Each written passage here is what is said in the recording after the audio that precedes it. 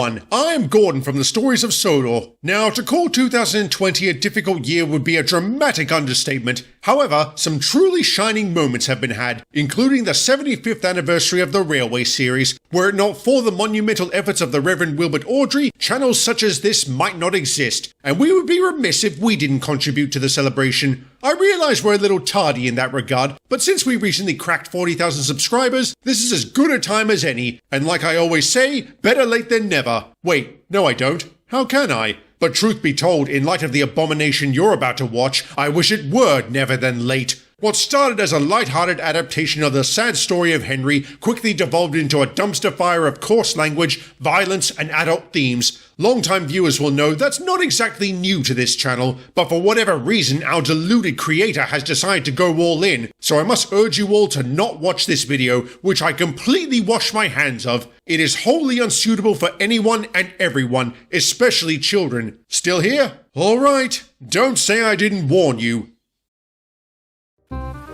Henry the fuckwit. It was pouring rain on the island of Sodor. This pissed off the engines as it was difficult to work in such weather. Aside from the rails being slippery, parts of the line became flooded. As a result, trains had to be cancelled or delayed. This upset the passengers to no end. "You suck!" they shouted. "Oh, fuck off!" Jeffrey bellowed. One day, the rain fell harder than the stock exchange, making it a point of conversation in the shed. "Fuck me," Thomas began. "I haven't seen anything this wet since my girlfriend's twat." "We didn't need to know that, Thomas," James replied, revolted. "What's the matter, James?" Percy began. "Not getting any?" "I'm not so desperate I have to resort to OnlyFans." "How's yours coming along, Percy?" Henry asked. "It's rough. Simping ain't easy, but I'm building an audience." "Degenerate poof." "All right, you little shits, listen up," the Fat Controller began. "In light of many passenger complaints, I've decided to attach extra coaches to the Express to accommodate more people. Unfortunately, that makes it heavier than usual. So Henry,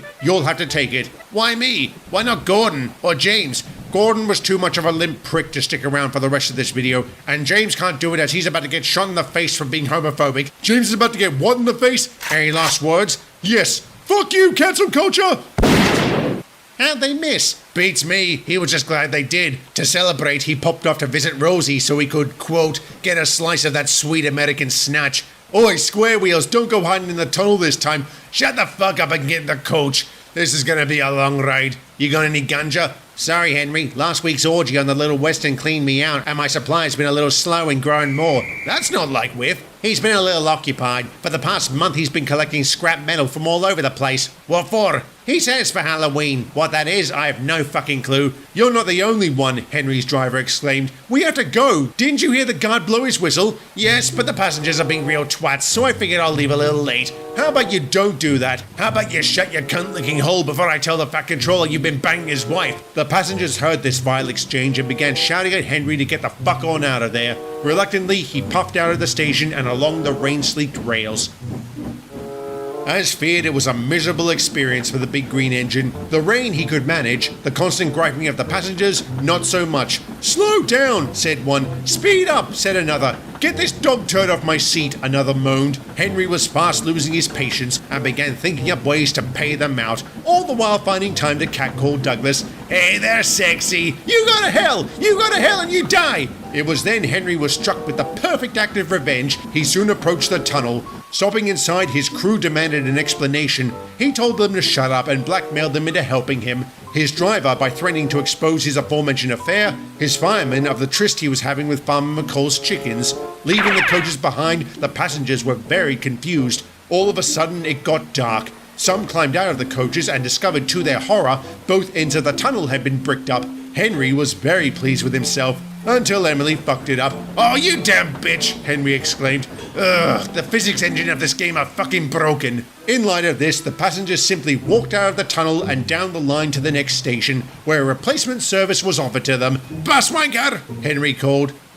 Back at the shed, the Fat Controller spoke severely to Henry. "The passengers were very upset," he began. "It's bad enough we had to give them their money back. They'll be suing us for everything we've got. Now I'll never be able to afford my own McDonald's. Like you need any more food, you fat fuck. You know, I was tempted to discipline you myself. I was even willing to listen to the voices in my head as they come up with some truly horrific ideas. Just ask my cheating slut of a wife. But instead, I'll let cancel culture do it for me. Here comes their suggestion. Henry looked to the sky in fear as the bomb hurtled towards the ground. This would normally be the part where someone shouts, "Oh, son of a," but in light of everything said today, I think that wouldn't mean much. Don't you?